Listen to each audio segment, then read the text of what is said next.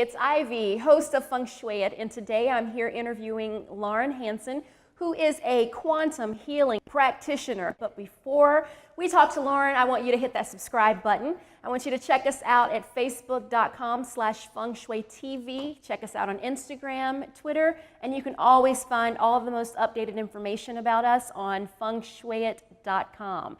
So now, let's talk to Lauren. Lauren, thanks so much for being here today. And I'm going to let you say what it is that you do with all this stuff. Super cool, super interesting. And I had a session with you about all of this, and so we'll get to that much later in the interview. Okay. But first, welcome to the show. Thanks for talking to us. When people hear the words hypnosis, and they always think, well, did they pull a little pocket watch out and you're getting sleepy, and then you become this, zombie-like person. And of course, that's not what hypnosis is. And so I'm going to let you talk a little bit more about what hypnosis is and what it isn't, and some of the misnomers. Well, there are several different types of hypnosis. So some of them are like that, where they use something like that. So regression hypnosis is a little bit different, and especially Dolores Cannon's method is a little bit different even from other regression methods. So what we are essentially doing is relaxing the conscious mind so that your soul can emerge and speak with me directly. And that is where the quantum comes in, because in that time space, there is no time, and we're in that quantum space where healing on many different levels occurs: mentally, emotionally, psychologically, spiritually. Anything that you can conceive of can be accessed through that quantum level. And so she accidentally stumbled upon this. So she and her husband started out doing hypnosis together. He was a hypnotist, and they practiced together on an army base where he was stationed. And the reason that they were doing hypnosis with people there was to kind of help them through their traumas associated with war, being in the military and things like that. So what they discovered was that the deeper that the client went, they started spontaneously telling about their parallel or past lifetimes. So I know that's a lot to take in for people. It was really shocking for them as well, and they did a lot of experiments together. And she tried to validate these actual experiences that somebody had, because at that time she didn't believe in past lifetimes or reincarnation. So that's where it all started. And then he kind of fell to the wayside because he was in an accident, and she took off, and it was like her mission in life, and she did that for over 40 years. Right. So I want to back up to something that you said, because you mentioned, and I've heard it in another interview of yours, about there is no time. Okay. So this is really getting into quantum physics, right? Yeah. This is a scientific principle. Right. This is something no woo-woo, nothing made up. You don't have to, believe in anything to understand that quantum physics is a true science. Yeah. So let's talk about this notion of there is no time. Okay. Okay. So when you say time doesn't exist, what do you mean by that? Okay. Let's really blow their minds. Okay. So in our earthbound bodies, we have a perception of time. Right. So I think it'd be very appropriate to explain it in this way. There are frames of moments. There's this moment now, there's this moment now, there's only ever now, but we're taking a picture of this moment, and then this moment, and then this moment, and then when you string them together, they look like a film. Right. But in actuality, there is only this moment. So that's about as best as I can I can explain it. It's more something that you, the more you play with that, the more you can kind of feel that there is really no time. And a good example is when we're actually doing a session together, how quickly the time goes by. You don't have a concept of time. You're not laying there thinking 15 minutes. Yeah, you're not thinking that at all, because in actuality, in that quantum level, there is no time. So our brains are programmed to think of time and to have schedules. And yes, the sun does rise and set and things like that.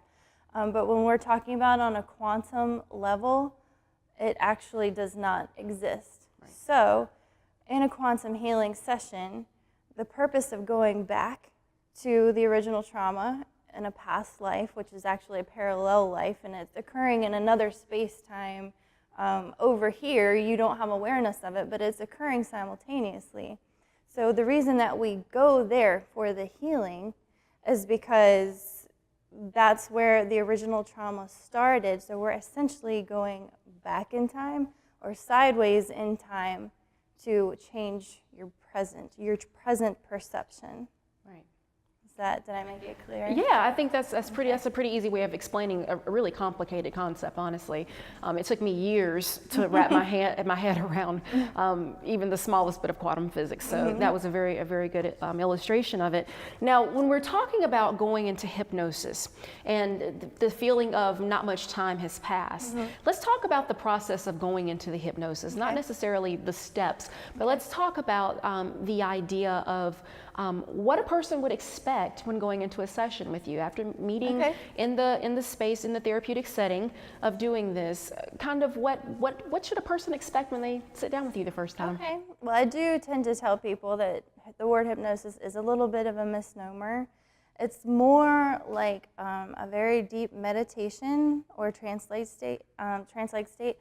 The way that people, I think, identify with it the most is that state in between sleeping and awake. When you've just woken up, you can feel that your cat's walking around on the bed, you know what I mean? But you're still seeing the images of the dream you just had or any other different images or things that you're experiencing.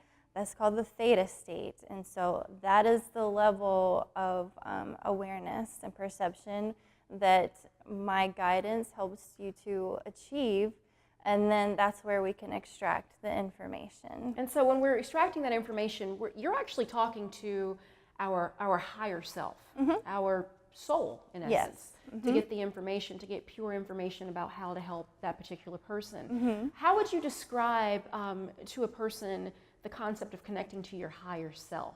Okay. Because that's kind of hard for some people to kind of understand, like, what's your higher self? Like, what does that mean? So throughout most of our humanity that we are aware of throughout our recorded history, humans have been segregated within, we are one being. We are complete, you're a whole complete Ivy. But in this existence that we have been playing out, we have separate parts: the ego, the higher self, the personality, the inner child, the shadow self. And these are all different aspects of the whole.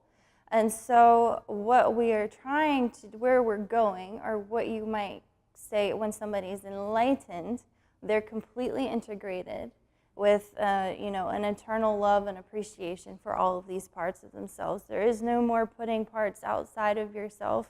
It is all integrated within and part of the one. You are one, and then you're also connected to the collective and to God. So when you're accessing your higher self, a lot of people are still segregated. And so their higher self is what a lot of people believe in angels and a divine presence and things like that, and that is accurate, and if that's in your belief system. So a lot of times when you get a nudge or like just a tap on the shoulder, don't go down that street or go talk to that person, send this email, or wear a blue shirt today. So that's your higher self communicating with you. But we are so much entrenched in the material world, checking Facebook and Twitter and our laptops, our emails, and watching TV and getting caught up in sitcoms and things like that, that we don't listen.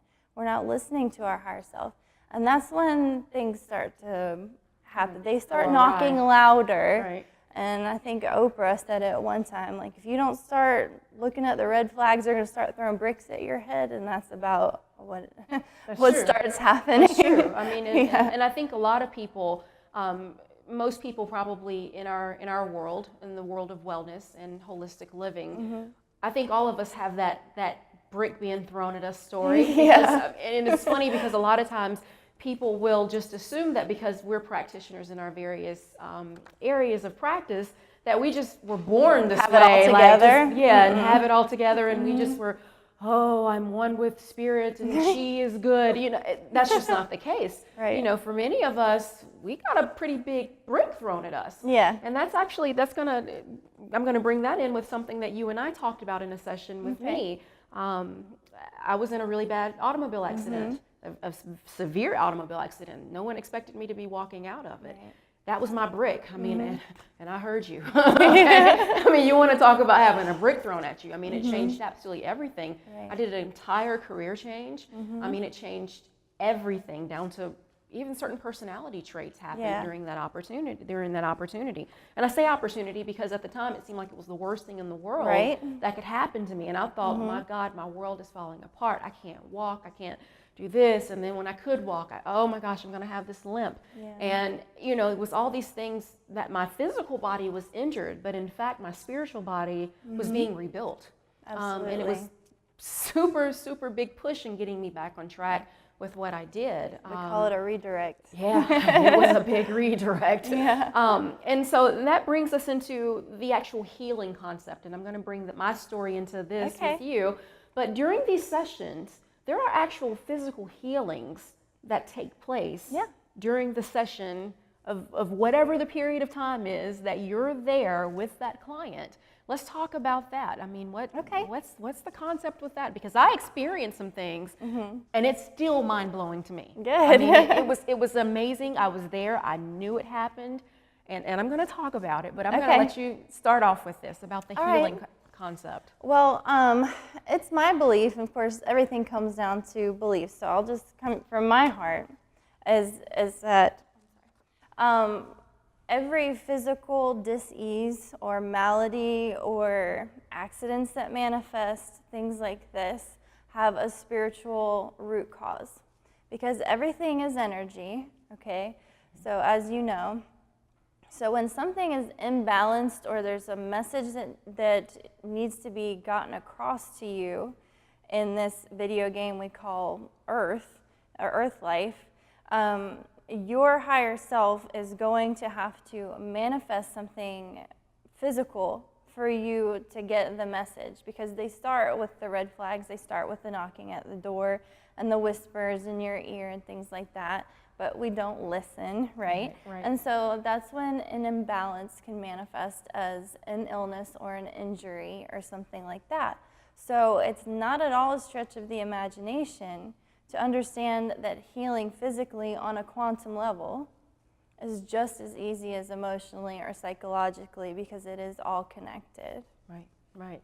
And I think there's a lot of practices and different therapies that teach you that the body can heal itself. I mean, this is kind of going back to just the basic biology of the human body here on Earth, is that the body pretty much has what it needs in order to protect itself, to keep itself going. It's when we introduce all of these other negative, or not even necessarily negative energies, but just energies that don't belong where they are. We introduce this stuff and we cause the actual disease within our body, also known as disease. And so, you know, this goes into complete collaboration, or the same thing that I do with Feng Shui. I go into a room and, you know, someone has 3 or 4 couches and 2 tables, and you've got to kind of literally step over it in order to get around, and you stump your toe, and then they're mad and they're cussing, you know, because their toe is hurting, and they're going, "Can you fix this?" And I'm going, the first thing we got to do is get some of this stuff out. Why? Because chi can't flow the way that chi needs to flow, because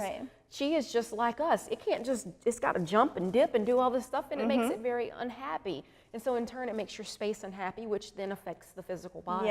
And so that's kind of the correlation I saw with what you do, with what I do, is that basically I'm the person that's walking in going, ooh, oh, okay, let's get this all flowing back in a level that's going to be happy and okay for you and your family. The same thing as what you did with me or any other client, is you're communicating with my higher self to say, whoa, okay, I'm going to let you fix this, but I'm going to kind of help lead you and guide you. And that brings me into what I really wanted to highlight about this type of hypnosis, is that when we did our session together, you didn't do anything. No, I did it all. And exactly. And I did it, and I'm still going, how in the world did I do that? Like, I mean, it was the most surreal experience I've ever had. And I've done a lot of hypnosis. I mean, I've done lots and lots of various hypnotherapy, hypnosis therapies for many, many years. I mean, I believe in this stuff, it works. But this was a truly unique experience because in this experience, you did nothing. You didn't tell me to do anything. And it was clearly my higher self speaking to me. And there were actually times when I was having a conversation with my higher self, and it kind of made me chuckle. Like I was laughing, and I'm going, did they really just say that? I mean, I felt a little bit borderline crazy at times because I'm going, this isn't happening. And they would respond to me, and I would respond to it. And like I said, it was such a pleasant, peaceful experience. And so what do you think about when your clients do they have the same reaction that I had, that, wow, you didn't even do anything? I don't think they think about it on the same level as you do, since you've had so much experience. Not typically anyways. But I do always tell people, any practitioner of QHHT will tell you, we are only there as a facilitator. We're only there so that there's somebody to ask your questions and to ask for healing for you, because you're in a state of consciousness where you can't really do more than one thing, and that is just to be there in that quantum space with your higher self. But it is definitely something that people can access on their own through intense meditation, transcendental meditation. When people are in a deep state of meditation, it's essentially the same thing, and they're communicating with their higher selves and asking for healing, asking questions. So anybody can do this. The reason that we love to do what we do so much is because a lot of people just don't have practice at it. So one of the most beautiful things for me is to have a client come up and say, wow, that was just like when I do my meditation. I can do this on my own. And so they're empowered to know that they don't have to have some guru or some enlightened spiritual teacher to get answers for themselves. Right. All you have to do is listen to your higher self. Right. So, but what the QHHT does, if somebody has a session and they're not really linked up with their higher self, it strengthens that that connection, so that they know what it feels like, so that next time they're doing meditation, or next time they're in prayer, or just laying on their bed having a moment, they know what their higher self feels like, what it feels like to them inside of their heart and their mind, so that they can trust themselves that the answers that they're getting is actually from their divine guidance, and not just, they're not just making it up. Right. So we as practitioners, we're facilitating between the individual, the personality, and their divine aspects, and we're bringing that together so that that individual is now empowered to have a different level, like a greater level of healing for themselves, because all hypnosis is self-hypnosis, and all healing is self-healing. Right. So let's back up, because we might have I got excited because of my experience. So let's back up and kind of talk about the idea of what a person would expect. So when I had my session with you, I was instructed to write down a couple of questions that I might have had, whether it be about experiences or things that I was concerned about, or even physical ailments I could list down. And those are the questions that I actually give to you, so that once I'm in my theta wave state, you're able to ask me these questions. Right. And one of the things I will mention to the audience is that when I was under hypnosis, I was completely aware. And I know that you say some people will remember and some people may not remember as much, but I clearly remember pretty much every detail that happened. I was aware. I heard when a dog barked. I heard when a car went down the road. I could hear when the air conditioning system would come on, the AC would come on, but it didn't affect me. It was like, okay, dog's barking. Let's just keep going. Like it didn't even faze me. It was just kind of like, you hear a car going down the road now, you don't pay really much attention to it. And so in this session, let's talk about the ethical component of, once someone is under hypnosis, can you get them to do things that they don't want to do, or Oh, no, can you harm them? not. Can you hurt them? Let's talk about some of the fears people may have I with know hypnosis. that's definitely fears that people have. Right. And I think a lot of that comes from Hollywood, unfortunately. But during a QHHT session, the individual is always in control, always. So in your case, you were completely aware, and that's how I am too when I'm the client and not the practitioner. And some people are totally aware. It's kind of like when you're reading a really good book or watching a good movie, you're just so focused on the story. So you know that your dog's barking, but you just have learned to tune He's okay. turning it out. Some people don't remember anything. And that's what we call the somnambulistic state, and that's where Dolores Cannon worked a lot, where they don't remember anything. That's becoming less and less common these days. Most people are somewhere in between where they remember some things and they don't remember, they do remember and they don't remember some things. They kind of go in and out.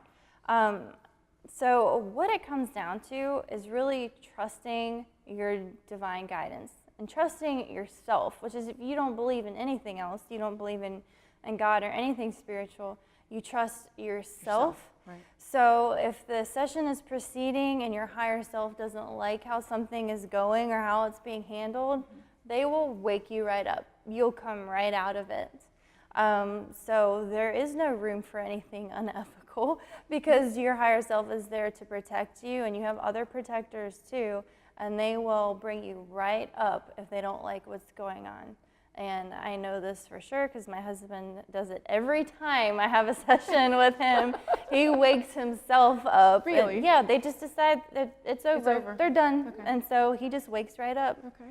Yeah, so there's no concern with anything unethical.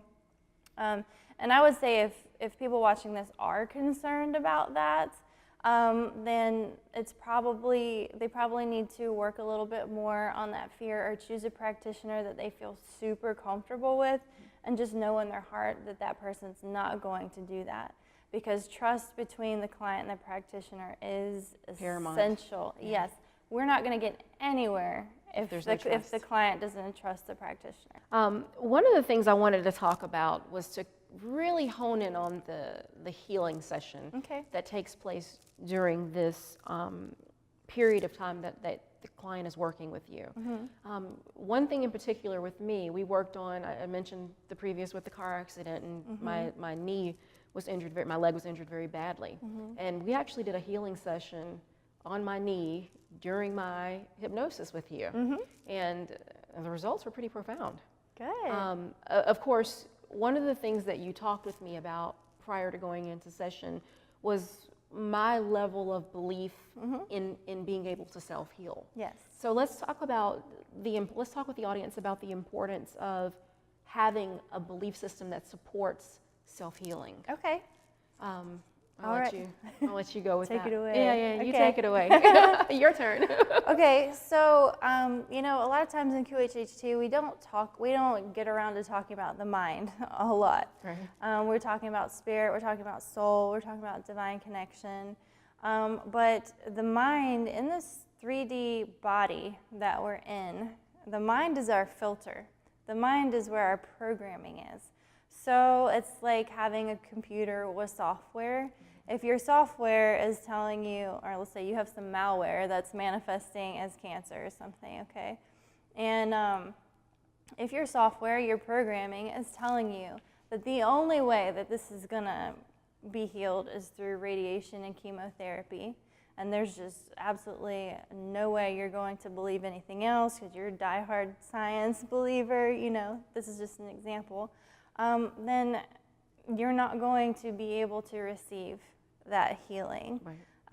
So not to be too negative about it, but our minds, this is where it starts and ends with the healing. We can only heal ourselves to the extent that our programming allows. That's right.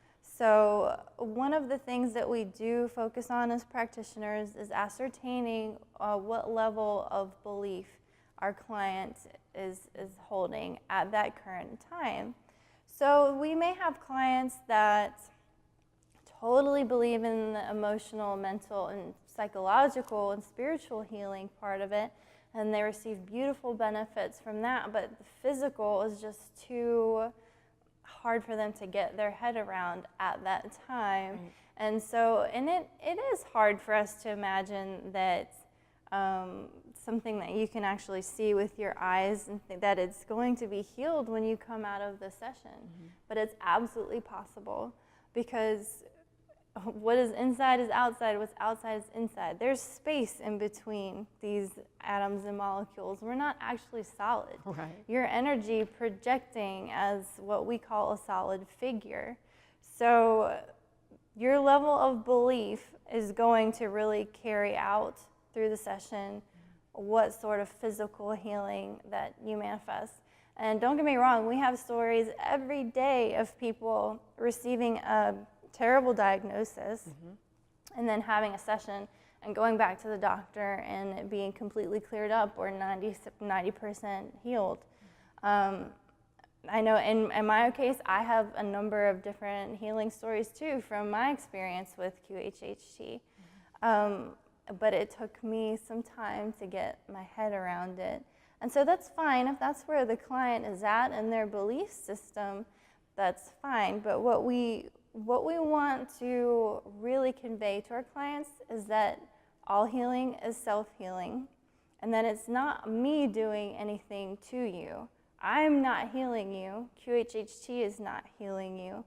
You are allowing space and surrender to the healing that is always available to everyone all the time. Just redirecting that focus to exactly. focus in on how to do this and speed it up a little bit. Yes. Just And kinda people nudging have it to along want it. Right. They have, some people are attached to their illnesses for various reasons. Sure.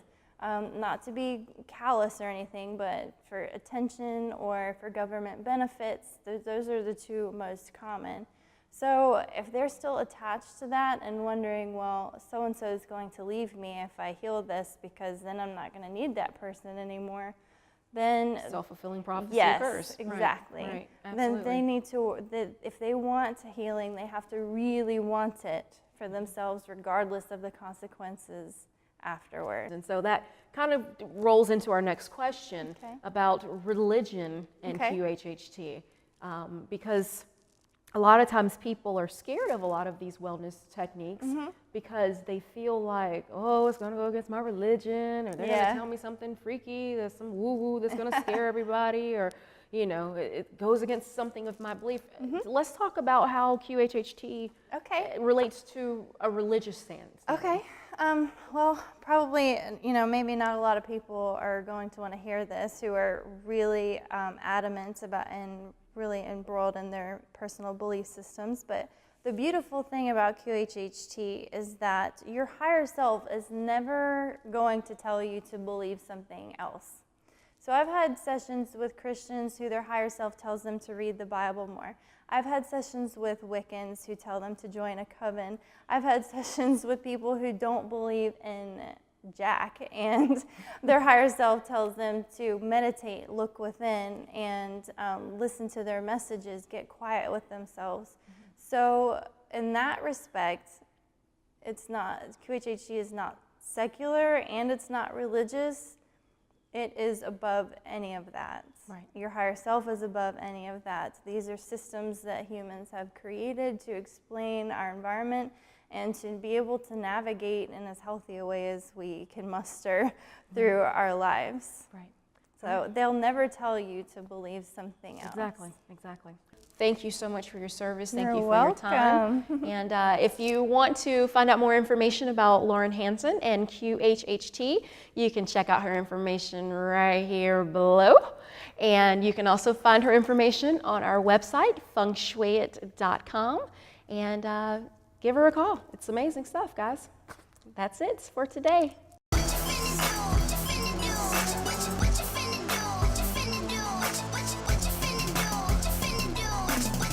And now it's your turn. Thanks for following us on our Wonder Why Wednesday on our Facebook page.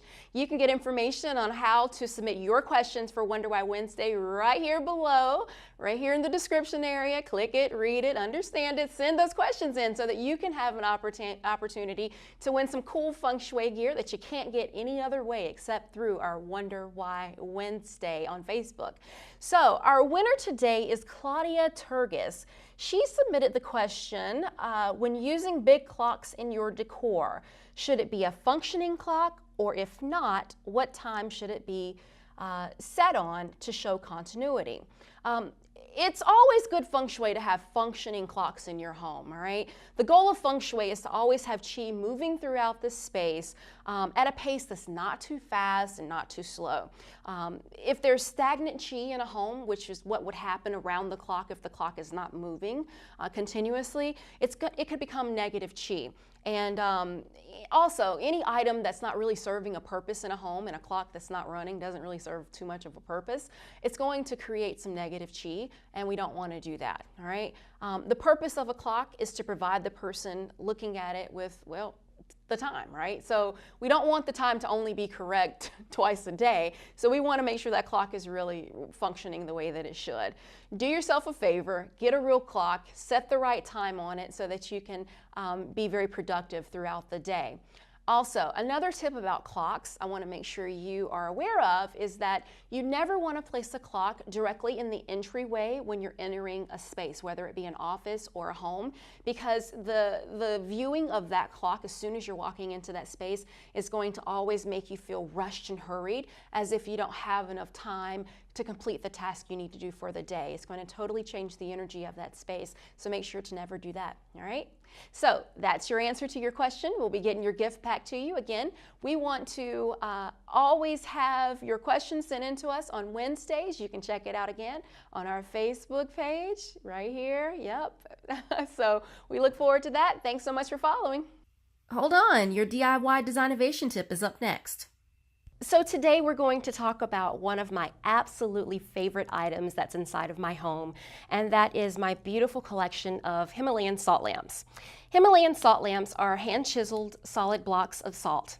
They have a beautiful pink color, and they're often pinkish or kind of orangey due to the high concentration of trace minerals contained within the salt. The salt blocks are hollowed out in the center, and a light source is inserted into the bottom of it, and a wooden base is attached to the bottom of it so that it can stand and look really pretty and protect the cord and the light source.